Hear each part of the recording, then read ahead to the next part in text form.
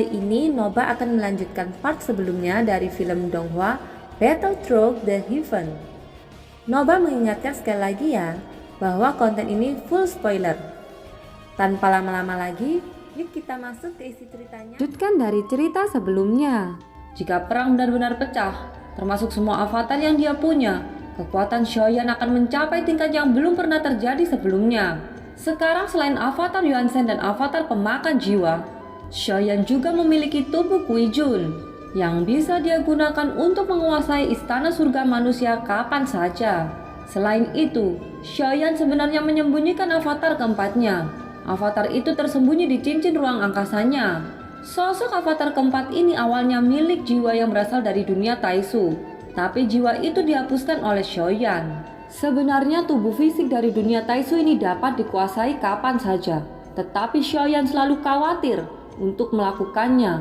Jadi jika itu bukan situasi yang mendesak, dia tidak akan menggunakan avatar Taisu untuk saat ini.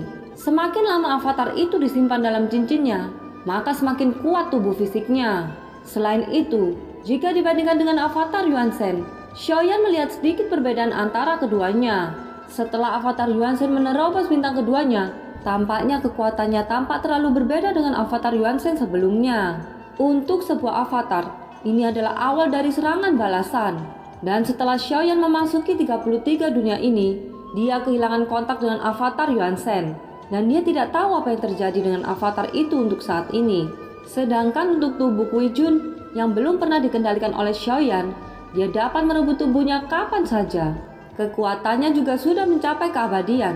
Jadi jika ditambah dengan avatar Taisu yang masih dalam proses kultivasi, kini Xiaoyan akan memiliki 4 avatar di belakangnya. Jika dia dapat menembus Dewa Bintang 9 di dunia Xuanyin ini dan memiliki sumber doki yang cukup, maka dimungkinkan untuk mengontrol keempat avatar itu pada saat yang bersamaan. Dengan kekuatannya saat ini, avatar Yuan Shen dan avatar pemakan jiwa adalah batas dari teknik penggabungan tubuh, dan waktu yang dapat dipertahankan oleh kedua avatar ini bahkan lebih terbatas. Senior Ji, aku punya pertanyaan lain. Apakah Jiuying berasal dari dunia sensi? Tanya Xiaoyan. Pada saat ini Xiaoyan tidak khawatir lagi tentang invasi yang akan dilakukan oleh dunia Taisu. Dia sudah menyadari bahwa beberapa hal bukanlah sesuatu yang bisa dia putuskan dengan tergesa-gesa. Setelah berjanji pada Jiuying sebelumnya, Xiaoyan hanya ingin mengetahui beberapa informasi tentangnya dari Jie. Ini bukan tentang apakah dia bisa membawa Jiuying kembali ke dunia sensi atau tidak, tetapi Xiaoyan ingin mengetahui apakah Jiuying berasal dari dunia sensi atau bukan. Jiuying, apakah kamu berbicara tentang cacing berkepala 9 itu? Tanya Jie. Di mata Xiaoyan, Jiuying adalah keberadaan yang sangat kuat. Tapi ternyata di mata Jie, Jiuying hanyalah seekor cacing. Mendengar ini Xiaoyan pun langsung menganggukkan kepalanya dengan senyum masam yang tergambar di wajahnya. Tidak, dia bukan berasal dari dunia sensi, jawab Jie. Hah? Bukankah dia berkata padaku bahwa dia berasal dari dunia sensi? Mungkinkah dia berbohong padaku? Sebelumnya dia berkata bahwa susah membawanya ke dunia Xuanyin ini, ucap Xiaoyan. Xiaoyan sedikit terkejut dengan jawaban ini. Tentu saja apa yang dikatakan Jie tidak mungkin salah. Jadi hanya ada satu kemungkinan bahwa Jiuying sudah menipunya. Dia memang bukan makhluk dari dunia sensi, tapi dia sama seperti telur yang selalu bersama Susang sebelumnya. Meskipun dia tidak lahir di dunia sensi, tapi dia dibesarkan di sana. Jadi sampai batas tertentu, dia bisa dianggap sebagai makhluk dunia sensi, ucap Jie. Telur yang dikatakan Jie ini adalah si QQ yang sekarang masih di dunia Taisu. Adapun pengalaman hidup QQ itu di luar dugaan Xiaoyan. Dia telah menduga bahwa QQ mungkin semacam monster yang kuat, tapi dia tidak pernah membayangkan bahwa dia akan menjadi putri ketiga dari dunia Taisu. Salah satunya adalah dunianya sendiri, dan yang lainnya adalah rekan yang memiliki semua emosinya. Namun perang ini tidak dapat dihindari, dan QQ akan terjebak dalam dilema. Bahkan sulit bagi Xiaoyan untuk membayangkan bahwa jika dia harus melawan QQ pada akhirnya, dia harus menjadi seorang laki-laki. Tapi di sisi yang berlawanan ada sesuatu yang harus dia perjuangkan juga. Dia masih tidak bisa menerimanya. Ini karena bagaimana Longyan dan semua orang di tim Fearless menerima fakta yang tidak terbantahkan ini. Dengan kata lain, apakah aku bisa membawanya kembali ke dunia sensi? Tanya Xiaoyan. Untuk hal ini, kamu bertanya pada orang yang salah, ucap Jie. Segera Xiaoyan pun tersenyum ketika dia mendengar kata-kata itu. Sepertinya pertanyaan ini harus ditanyakan kepada Sanlao. Sanlao adalah gumpalan warisan dari dunia sensi, jadi dia pasti bisa memberikan jawaban yang tepat. Kekuatan Jiuying itu sangat kuat. Jika bisa dibawa kembali ke dunia sensi, itu akan menjadi bantuan yang sangat besar. Akan tetapi, yang dikhawatirkan Xiaoyan adalah jika Jiuying bukan makhluk dari dunia sensi, pasti akan sulit untuk dibunuh jika dia memberontak. Bahkan hal yang membuat Xiaoyan bingung saat ini bukanlah apakah dirinya bisa membawa Jiuying kembali ke dunia sensi, tapi dia dibuat bingung dengan posisi Jiuying itu. Baiklah, malapetaka dewa ini sudah berakhir. Angkat kepalamu dan lihatlah ke depan. Berpikir terlalu banyak hanya akan menghambat kemajuanmu. Selain hebat dalam kekuatan, kamu juga harus cukup kuat di hatimu. Dunia sensi membutuhkan dirimu untuk mengubah masa depan, ucap Jie. Pada saat suara Jie bergema, itu memudar dalam kegelapan. Xiaoyan pun mengangguk berat, mengepalkan tinjunya dan menangkupkan tangannya. Ketika dia sudah terbangun dari malapetaka dewa, Xiaoyan akhirnya bisa merasakan tubuhnya lagi. Dan ketika dia bereaksi, dirinya tiba-tiba tersentak. Ternyata, ketika Xiaoyan berada di tengah-tengah malapetaka dewa, bintang-bintang doki di meridiannya tidak berhenti tumbuh. Dan ketika Xiaoyan terbangun dari malapetaka, dia menemukan bahwa bintang dokinya sudah mencapai 150 juta. Ini telah meningkat sebanyak 50 juta, dan yang paling menakutkan adalah peningkatannya tidak berhenti di sini. Xiaoyan segera menstabilkan pikirannya dan terus meningkatkan fondasi dokinya. Pada saat ini, Xiaoyan menjadi sangat gembira. Akan tetapi dia masih meremehkan nektar dewa ini. Jika dirinya bisa menembus ke tahap tengah dewa bintang 8, Xiaoyan dan Dewi Perang bersayap hitam itu tidak akan membuang waktu 3 tahun di sini. Duduk bersila di dalam kegelapan, air hujan ungu terus berjatuhan ke samping Xiaoyan. Namun sebelum air hujan menyentuh tubuh Xiaoyan, air hujan itu menguap sepenuhnya, sehingga jika dilihat dari kejauhan, sosok Xiaoyan seperti terlindungi oleh lapisan udara putih. Sementara itu, bintang dokinya di meridiannya dengan cepat mengembun dengan kecepatan yang sangat cepat. Ternyata itu adalah kekuatan misterius dari 33 dunia. Setelah bangun dari malapetaka dewa, Xiaoyan duduk bersila selama lebih dari setengah tahun. Sampai ketika Xiaoyan perlahan membuka matanya, dia menghela nafas panjang. Fondasi doki di meridianku sudah mencapai 240 juta, gumam Xiaoyan. Akhirnya Xiaoyan mencapai dewa bintang 8 tahap menengah. Selain itu, dengan meridian ganda Xiaoyan, maka fondasi dokinya setara dengan hampir 500 juta. Itu adalah fondasi doki yang hanya bisa dimiliki oleh dewa bintang 8. Jika ditambahkan dengan api iblis, maka kekuatan yang dapat diledakkan Xiaoyan saat ini akan mendekati dewa bintang 9. Nyatanya nektar dewa yang diperoleh dari dewa perang itu secara langsung meningkatkan doki Xiaoyan lebih dari 100 juta. Jelas itu merupakan angka yang sangat mengerikan. Hal lain juga berlaku setelah doki Xiaoyan mencapai 240 juta. Kecepatan peningkatannya menjadi lambat dan Xiaoyan sangat puas dengan dewa bintang 8 tahap menengah ini. Kemudian Xiaoyan mengangkat kepalanya dan mau tidak mau melihat ke kejauhan. Dia tidak tahu apakah ada Dewi Perang lagi di sini. Jadi Xiaoyan berencana untuk terus menjelajahinya. Tapi sebelum itu Xiaoyan mengeluarkan tangannya dan mengeluarkan sayap hitam. Sudah sangat lama sejak Xiaoyan tidak menggunakan sayap. Akan tetapi Xiaoyan bisa melihat bahwa ada kekuatan tempur yang tangguh dari sang Dewi Perang itu. Jadi hal itu membuat Xiaoyan yang sudah lama tidak menggunakan sayap kembali tergoda. Dan ketika pikirannya bergerak, sinar kekuatan jiwa menembus ke dalam sayap hitam di telapak tangannya. Segera sayap di telapak tangan Xiaoyan berubah menjadi sinar energi hitam. Lalu sinar itu mengalir ke dalam tubuhnya di sepanjang lapisan kulit Xiaoyan. Dan dalam sekejap, pola sayap hitam itu muncul di bahunya. Apakah ini yang disebut dengan sayap dewa? Gumam Xiaoyan di dalam hatinya. Setelah itu pikiran Xiaoyan bergerak.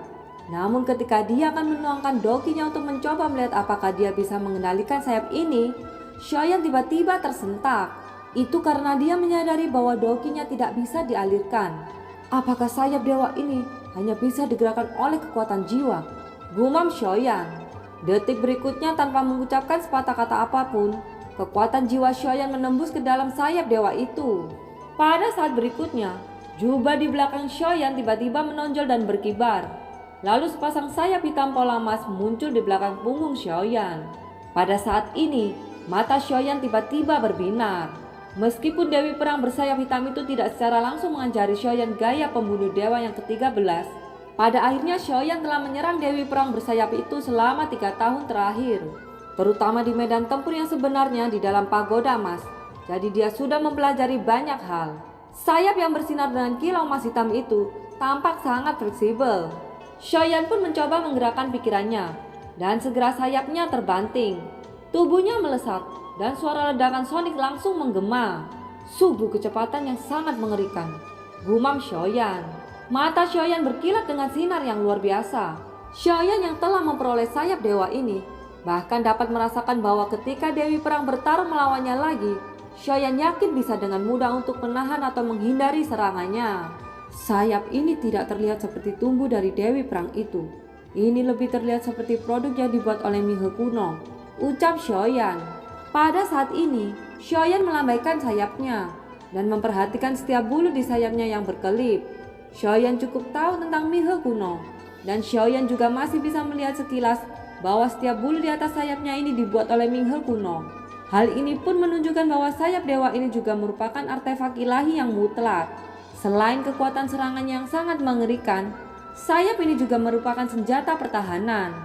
Bisa dikatakan bahwa sayap ini dapat maju untuk menyerang dan mundur untuk bertahan secara bersamaan.